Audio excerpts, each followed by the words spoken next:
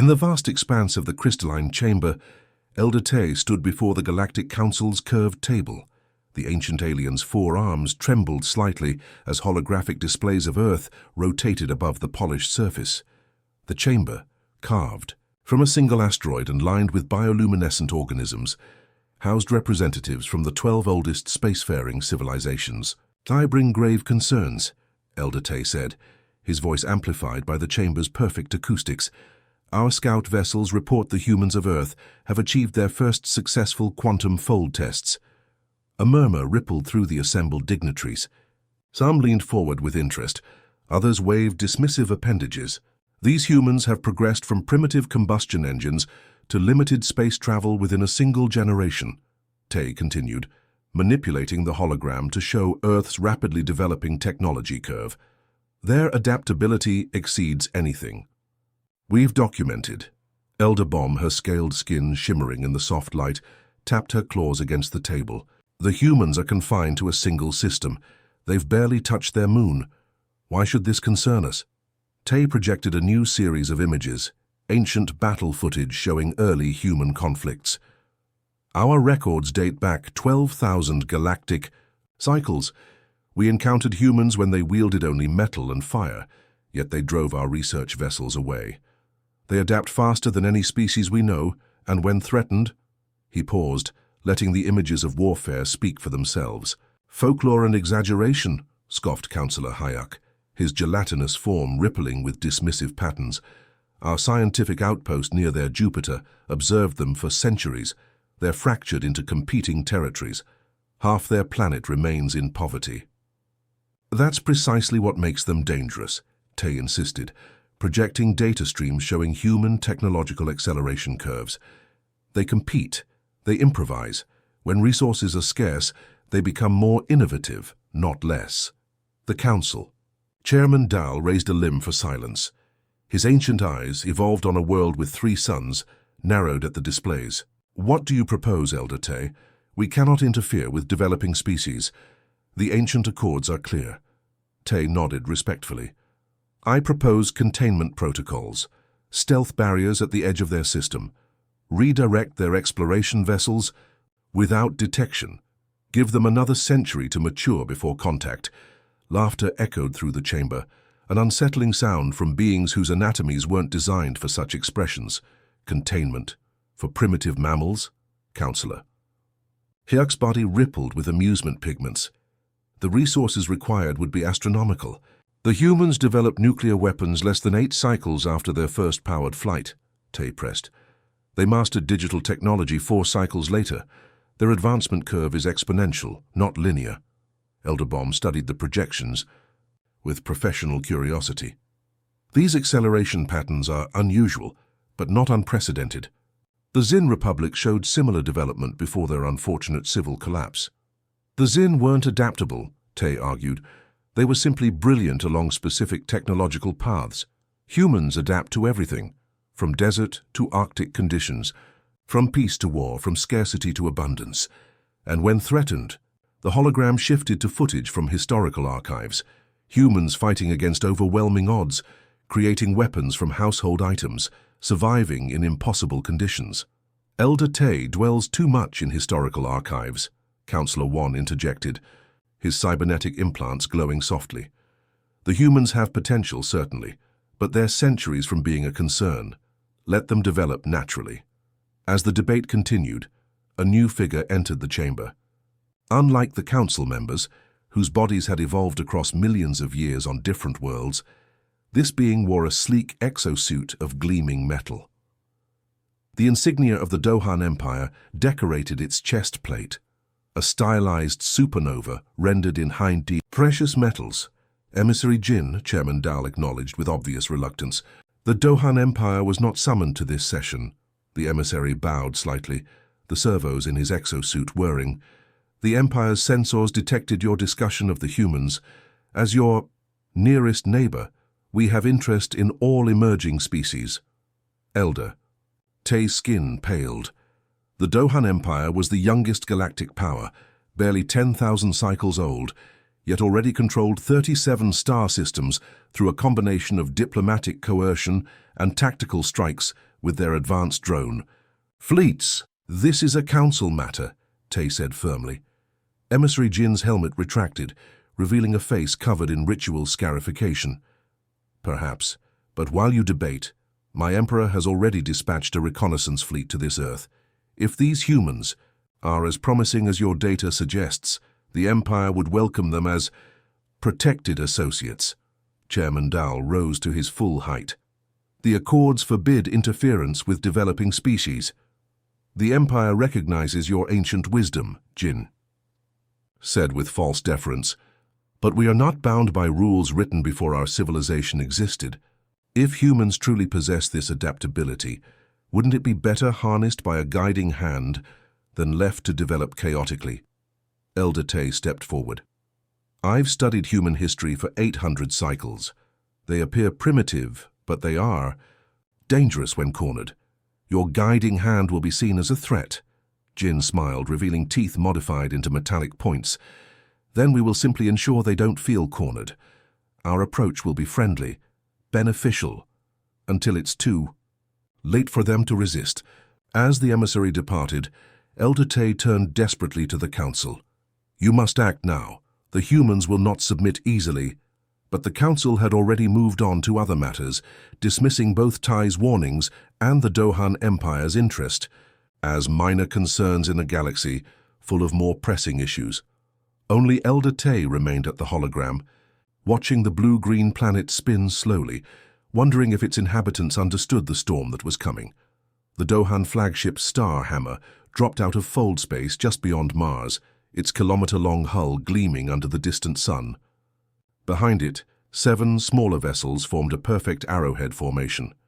Commander Jun stood on the bridge, 6-fingered hands clasped behind his back as Earth came into view on the main display. "Primitive," his second officer muttered, studying the sensor readings. "Their orbital platforms are barely functional. Most use chemical propellants." Jun nodded, his crest of sensory filaments rippling with anticipation. "Emperor Sung will be pleased. Prepare the diplomatic shuttle. Remember our mission parameters. We are friends bringing gifts of knowledge." Within hours, the humans detected the alien fleet.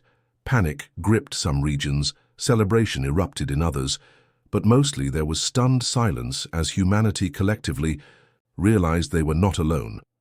The diplomatic shuttle descended through Earth's atmosphere, escorted by scrambling fighter jets that seemed laughably primitive to the Dohan observers. The shuttle's superior technology made the military escort purely symbolic, a fact not lost on the human pilots flying alongside.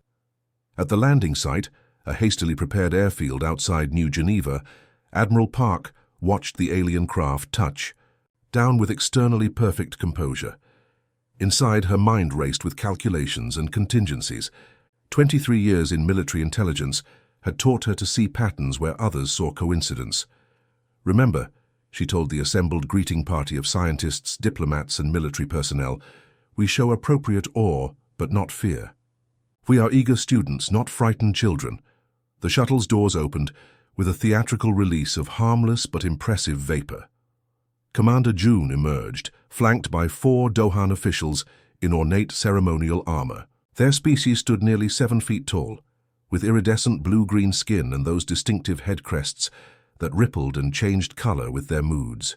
"People of Earth," Jun's voice boomed through a translator device, "the Dohan Empire extends greetings from the 37 worlds under our protection." The carefully choreographed first contact proceeded exactly as the Dohan had planned. The humans appeared appropriately impressed by Dohan technology, hanging on every word as Jun explained interstellar travel concepts, showing childlike wonder at holographic displays of distant worlds. 3 days later, Jun sat in his private quarters aboard the Starhammer, recording his report for Emperor Sung. "The humans are exactly as our intelligence suggested, technologically primitive, but surprisingly quick to grasp new concepts. They've established rudimentary colonies on their moon and Mars, but nothing beyond their home system. Their weapons are laughably outdated, mostly kinetic projectiles and limited-energy weapons." He paused, considering his next words carefully. "What's interesting is their diversity. Unlike our unified empire, they maintain nearly 200 sovereign territories. They compete constantly, which has created technological gaps between their regions. Their questions reveal basic understanding of quantum principles, but they're decades from practical applications. June's crest rippled with confidence as he continued. I recommend proceeding with Phase 2. The humans are eager for our knowledge. Several of their nation-states have already offered resource rights in exchange for basic technology. They appear to have no unified defense strategy. When the time comes, subjugation should require minimal military engagement. Light years away, Elder Tay received data packets from hidden observation probes near Earth. Unlike the Dohan, whose rapid expansion left little time for careful study, Tay's people had monitored humans for centuries. What he saw troubled him deeply. The official diplomatic feeds showed exactly what Commander June reported, humans appearing wide-eyed and grateful, asking basic questions about Dohan technology. But Tay's hidden probes captured different scenes. In a secure underground facility beneath the Pacific Ocean, Admiral Park met with a global coalition of scientists and military strategists. The room hummed with activity as they analyzed samples secretly collected from the Dohan shuttle. Their drive system uses principles we've theorized but never implemented, said a physicist, her eyes bright with excitement as she manipulated a 3D model. The energy matrix is similar to our prototype quantum displacement engine. What about their weapons systems? Asked Park. A military engineer stepped forward. Their ship's hull contains weak points around the propulsion system. Their shields operate on oscillating frequencies. With the right timing, conventional missiles could penetrate. And their biology? Park turned to a medical team. Fascinating, answered the lead researcher. They're carbon-based like us, but their cellular structure has weaknesses to common Earth bacteria. More importantly, they appear highly sensitive to specific sound frequencies that don't affect human hearing. Admiral Park nodded, taking it all in. Continue your work. Remember, we show them only what they expect to see. A divided planet of squabbling nations, technically primitive but eager to learn. Back in the depths of space, Elder Tay urgently composed a final warning message to both the Council and, breaking all protocols, directly to the humans themselves.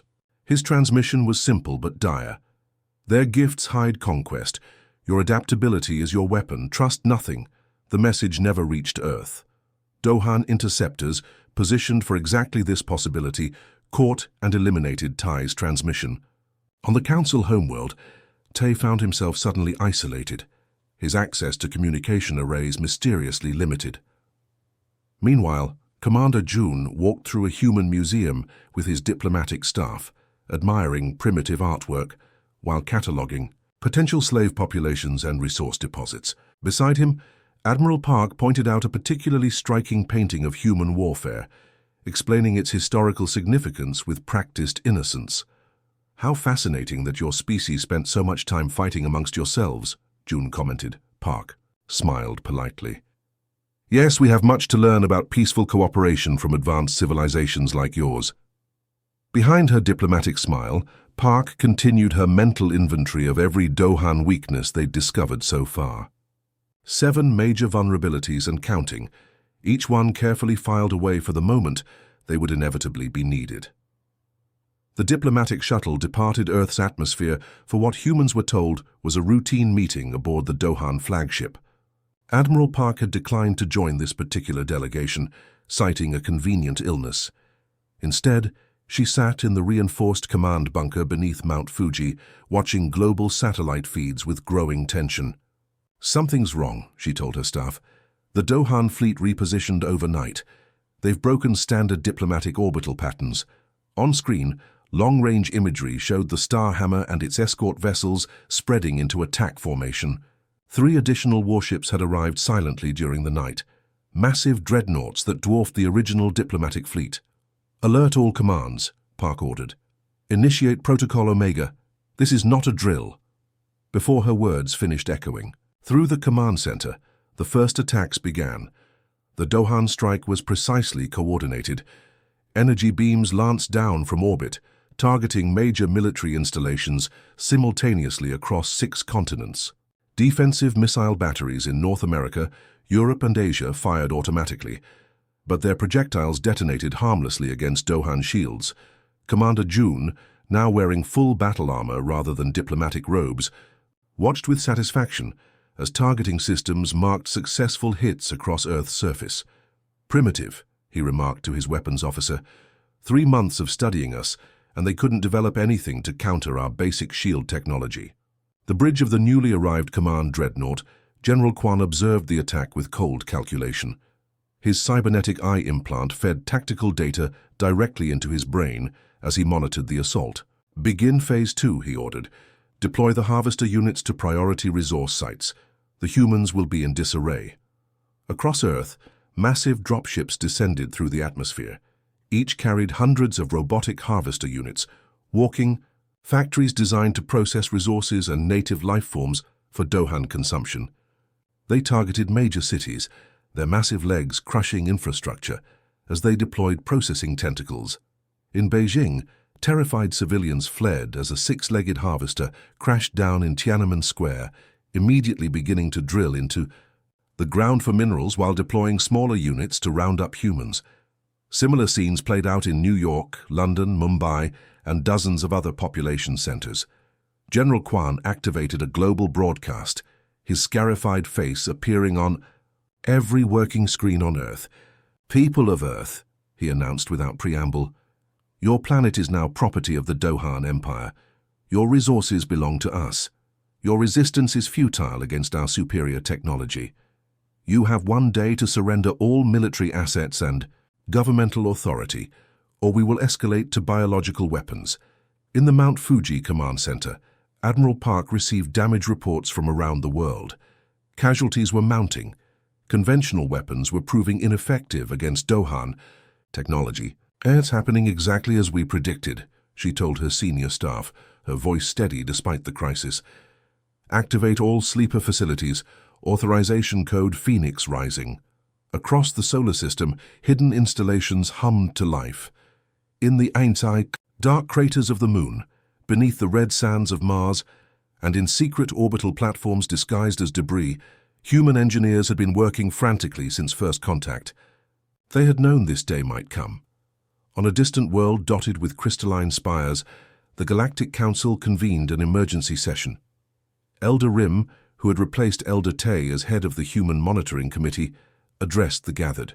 "Representatives, the Dohan Empire has initiated military action against Earth," he stated dispassionately. "They cite resource acquisition rights under the new Systems Development Accord." Elder Bomb's scales rippled with distress. "That accord applies to uninhabited systems. Earth has an indigenous sentient species. The Dohan claim humans are pre-spacefaring, and thus qualify as native fauna rather than sentient peers." Rim replied, his tone making it clear he found the argument distasteful, but technically valid under certain interpretations of galactic law. "Where is Elder Tay?" asked another council member. He studied the humans most extensively. An uncomfortable silence fell over the chamber.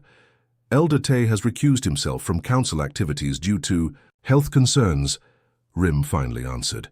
In reality, Elder Tay sat in isolation, his communications blocked by Dohan operatives who had infiltrated the council security systems. His warnings silenced, he could only watch helplessly as events unfolded. Back on Earth, the first day of the invasion was appearing to go exactly as the Dohan had planned. Human military forces were scattered and overwhelmed. Global communications were in chaos. The harvesters established processing centers in 23 major cities. General Quan prepared to address his emperor with news of their easy victory. However, something about the humans' disorganized resistance bothered Commander Jun. "The resistance is too fragmented," he told Quan. "Their military responses lack coordination." Quan dismissed his concerns. "Of course they're disorganized. They have no unified planetary defense." "That's not what I mean," Jun insisted. "During our diplomatic mission, I observed their military exercises. They're fighting below their demonstrated capabilities." Before Quan could respond, a sensor operator called out in alarm. "General, we're detecting anomalous energy signatures from the dark side of Earth's moon." Across the lunar surface, hidden bay doors slid open, revealing dozens of launch platforms. The vessels that emerged were unlike anything the Dohan had seen before. Hybrid craft that combined Earth manufacturing with clearly Dohan-influenced technology.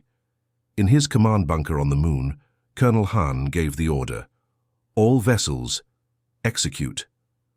Operation Trojan Horse. The lunar fleet accelerated toward Earth, but instead of attacking the Dohan ships directly, they took up defensive positions around the planet. "What are they doing?" Quan demanded, watching the tactical display with growing unease. His answer came seconds later, when every human vessel simultaneously activated shield technology that the Dohan had believed was centuries beyond Earth's capabilities. In Mount Fuji, Admiral Park allowed herself a grim smile as she gave the order that would change everything. "Deploy the sound cannons." Captain Huan stood on the bridge of the HSS Defiance, the largest vessel in humanity's hastily assembled fleet. Through the view screen, Earth hung like a wounded jewel, Dohan warships surrounding it like predators. His ship, hidden in a lunar crater for the past 2 months, represented humanity's desperate gamble. "All systems operational," his tactical officer reported. "Sound cannons charged to maximum capacity." Huan nodded grimly. "Commence Operation Thunderclap." The Defiance and its 37 sister ships rose from the lunar surface in perfect synchronization. They were ugly vessels by conventional standards, human, metal and composite materials grafted onto reverse-engineered Dohan technology. But their appearance belied their deadliness. Aboard the Dohan Command Dreadnought, General Quan watched with amusement as the human ships approached. "They cobbled together spacecraft in 3 months," he scoffed. "Scan those vessels. They're probably piloted by suicide crews." His sensor officer complied, then looked up in confusion. "General, they're generating shield harmonics identical to our own." Quan's amusement vanished. "Impossible. Target the lead vessel and fire main batteries." Energy weapons lashed out from the Dreadnought, striking the Defiance's shields. The human vessel shuddered but continued its approach. "Shields holding at 82%, reported Huan's defensive systems officer. "Their weapons are exactly as our intelligence reported." Huan tapped his command console. "All vessels, deploy sound cannons on my mark. Now." The human fleet released what appeared to be simple communication buoys. The Dohan ignored them, continuing their energy barrage against the approaching ships. It was their fatal mistake in the research laboratories beneath Antarctica. Dr. Jin watched the battle telemetry with dozens of other scientists. For 3 months, they had worked tirelessly to exploit the single greatest weakness they'd discovered in Dohan physiology. "Sound cannon deployment complete," Jin announced over the global command channel. "Initiating acoustic pulse in 3, 2, 1. The buoys activated simultaneously, emitting no visible energy, but flooding local space with precisely calibrated sound waves. To human ears, the frequencies would be barely perceptible, but to the Dohan, whose sensory crests evolved to detect minute pressure changes for hunting on their homeworld, the effect was devastating. Aboard the Dohan vessels, chaos erupted. Crew members collapsed, their crests vibrating painfully as the targeted frequencies assaulted their nervous systems. General Quan fell to his knees, cybernetic eye malfunctioning as conflicting neural signals overwhelmed his brain. "What is this?" he gasped, purple blood trickling from his sensory organs. Captain Huan's voice came through on all Dohan communication channels. "This is humanity's response to your unprovoked attack. You studied our weapons but failed to study our minds. Bad mistake." The human fleet pressed its advantage, firing conventional missiles through gaps in the now fluctuating Dohan shields.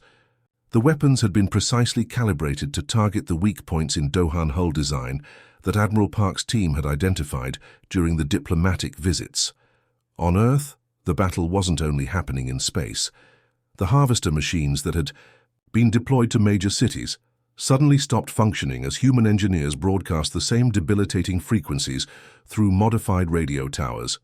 Soldiers wearing specially designed audio dampening gear moved in with weapons that looked primitive but had been modified based on Dohan technology. Within 6 hours, every harvester lay disabled. Within 12, 3 Dohan warships had been destroyed. The remaining vessels, including General Quan's flagship, retreated in disarray, jumping to fold space with damaged systems that left visible tears in the fabric of reality. 2 days after, the failed invasion, humanity's first true interstellar vessel emerged from a hidden facility inside Mercury's unstable orbit. The HSS Retribution, commanded by Admiral Park herself, incorporated everything humans had learned from studying the Dohan. "Set course for the Dohan colony in the Proxima Centauri system," Park ordered. It's time they learned who they chose to attack. The ship's revolutionary hybrid drive engaged, creating a fold space bubble that propelled the vessel faster than any human-made object had ever traveled. Behind it followed 20 more ships, each commanded by officers who had been secretly training for this moment since the Dohan's true intentions became clear. In the Galactic Council chambers, emergency alarms sounded as reports flooded in from Dohan colonies. Elder Rim stared in disbelief at the holographic displays showing human vessels appearing near Dohan outposts throughout the sector. "Impossible," he whispered. "They couldn't have developed fold space technology so quickly." Elder Bomb studied the tactical data with growing horror. They didn't develop it.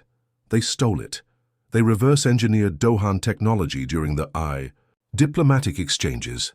"How?" demanded another council member. "The Dohan revealed only basic scientific principles to the humans," a voice spoke from the chamber entrance. Elder Tay, looking haggard from his forced isolation, walked slowly to the center of the room. "I warned you," he said simply. "Their adaptability is their weapon." The council watched in stunned silence as reports continued arriving. The Dohan colony at Proxima Centauri had surrendered after just 3 hours of fighting. Human ships were deploying the same sonic weapons that had devastated the Earth invasion force, but with refined targeting that incapacitated Dohan military personnel while leaving civilians unharmed. Most shocking of all was the speed of human advancement. Each engagement showed new adaptations, new weapons, new tactics. They weren't just using stolen technology, they were improving upon it. 2 weeks after the failed invasion of Earth, Admiral Park stood on the bridge of the Retribution above the Dohan homeworld. 7 of their colony worlds had already surrendered, their defensive fleets disabled by increasingly sophisticated human attacks. "We've received a transmission from Emperor Sung," her communications officer reported. "He's requesting terms for surrender." Park's expression remained neutral, but her eyes reflected the steel that had helped humanity survive. "Tell him we accept his surrender on one condition," she replied. "The Dohan Empire will be dismantled, all subjugated species will be freed, and Earth will oversee the transition to ensure it happens properly." As the message was relayed, Park gazed at the Dohan homeworld below. 3 months ago, humans had barely reached their own moon with conventional technology. Now they stood among the stars, forced into an evolutionary leap by a threat that had underestimated them catastrophically. "Admiral," her science officer interrupted her thoughts, "our scouts have detected another alien fleet approaching from the Cygnus direction. Unknown configuration." Park nodded calmly. "It seems we're about to meet more of our galactic neighbors. This time, let's hope they come in peace." She paused, then added, "But prepare the sound cannons just in case." The grand crystalline chamber of the Galactic Council had been expanded to accommodate its newest members. Where once 12 ancient species had guided galactic affairs, now a 13th seat had been added, a simple design of metal and composite materials that stood in stark contrast to the ornate biological and crystalline structures preferred by the elder races. Ambassador Moon adjusted her formal uniform as the massive doors parted. Though she appeared calm, her heart raced. 1 year ago, she had been a linguistics professor specializing in theoretical alien communication patterns. Now she represented humanity before the oldest sentient beings in known space.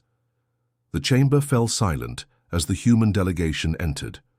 Behind Moon walked Admiral Park, now Supreme Commander of the Earth Defense Fleet, and Dr. Jin, whose revolutionary work had transformed stolen Dohan technology into humanity's shield and sword.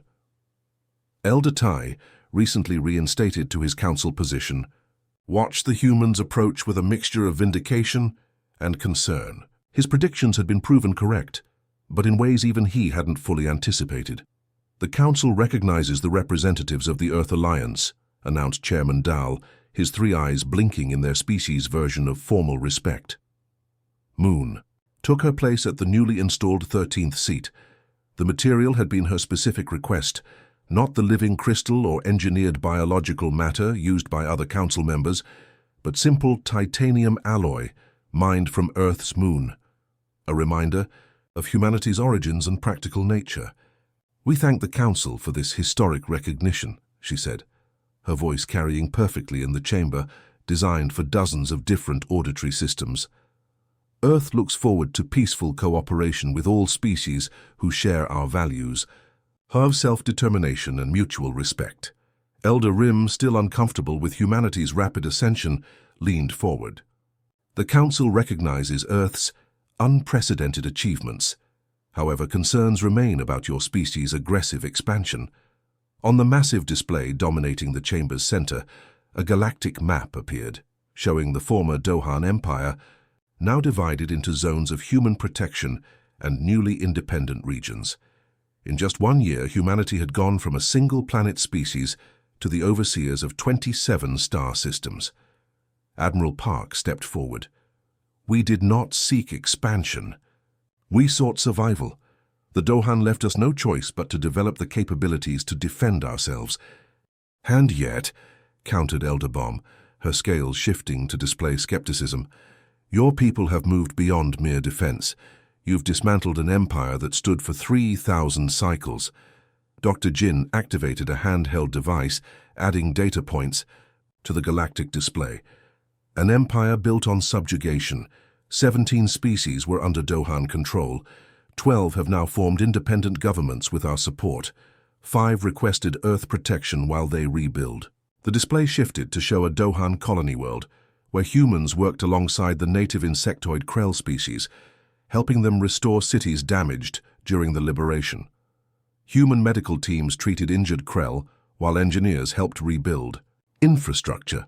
We offered the same choice to all former Dohan subjects," Moon explained. "Independence with support, or protection within our alliance. None chose to remain under Dohan rule." Elder Tay finally spoke, his voice carrying the weight of age and wisdom. "I warned this council about human adaptability. What I failed to anticipate was their capacity for restraint." The display changed again, showing the Dohan homeworld. Unlike conquered worlds throughout galactic history, it had not been destroyed or occupied. Instead, human ships maintained orbital positions, while a transitional government established new systems. "The humans could have eliminated the Dohan entirely," Tai continued. "Their weapons had evolved beyond Dohan defenses, yet they chose selective strikes against military targets, minimizing civilian casualties." Moon nodded acknowledgement. "We remember our own history. Cycles of conquest and revenge only create more suffering. We chose a different path." A murmur ran through the council as members communicated in various forms, some through sound, others through color patterns or pheromone releases. They had expected conquerors but found something more complex. "Nevertheless," Elder Rim persisted, "your species has introduced unprecedented change to galactic stability. Your technological advancement curve defies all known patterns." The display shifted to show human ships incorporating technologies from multiple species. Dohan drive systems improved with principles from Krell physics. Weapon systems that combined Earth ingenuity with ancient designs from Council archives that humans had been granted access to during their recognition process. "We adapt," Park said simply. "It's what humans do." Ambassador Moon rose from her seat, commanding the attention of all present. "For thousands of years, this council has maintained order through careful balance. Species developed at predictable rates. Technological advancement followed established patterns. We understand our arrival disrupts this balance," she gestured to the display which now showed Earth, blue and green and achingly beautiful. 1 year ago, we were isolated on our world, unaware of galactic politics or ancient accords. We reached out to the stars seeking friendship and found instead a predator waiting to devour us."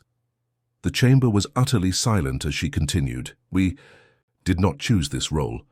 We would have preferred centuries of gradual integration into galactic society, but the Dohan forced our hand, and now we stand before you not as supplicants but as equals. Moon's voice remained measured but carried unmistakable resolution. The Earth Alliance offers friendship to all peaceful species. We will trade fairly, share knowledge freely, and respect sovereign rights. But understand this clearly, we will never again be caught unprepared. Those who extend a hand in friendship will find no better allies. Those who threaten us or the innocent will find no worse adversaries. For a moment, the ancient chamber seemed to hold its breath. Then, slowly, Elder Tay began the formal gesture of acceptance, a complex movement of all four arms that had not been performed for a new species in over 8,000 cycles. The humans have earned their place among us, he announced, not through age but through trial. They faced extinction and responded not with surrender but with innovation. They achieved victory and responded not with vengeance but with mercy. One by one, the other council members joined the gesture, even Elder Rim, though his movements were stiff with reluctance. As the ceremony concluded, Moon returned to her seat, catching Admiral Park's eye. Both knew that beyond this chamber, humanity's work was just beginning. Ships were already being constructed in Earth's orbiting shipyards, vessels of peace and exploration, but also of defense. The human fleet now incorporated technology from a dozen worlds, each ship more advanced than the last. Later, as they departed the council chambers, Elder Tay approached Moon privately. "For you have changed everything," he said simply. "The galaxy will never be the same." Moon looked out through a crystalline viewport at the stars beyond, each one now a potential destination rather than a distant light. "That was never our intention," she replied. "But perhaps change was overdue.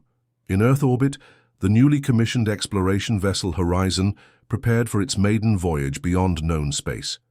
Its captain had orders to seek out new civilizations, to establish peaceful contact where possible, and to remember always the lesson of the Dohan encounter. The galaxy had discovered that humans were indeed dangerous when threatened. Now they would learn what humans could accomplish when offered friendship instead. The ancient balance of power had been forever altered. A new galactic order had begun. The end.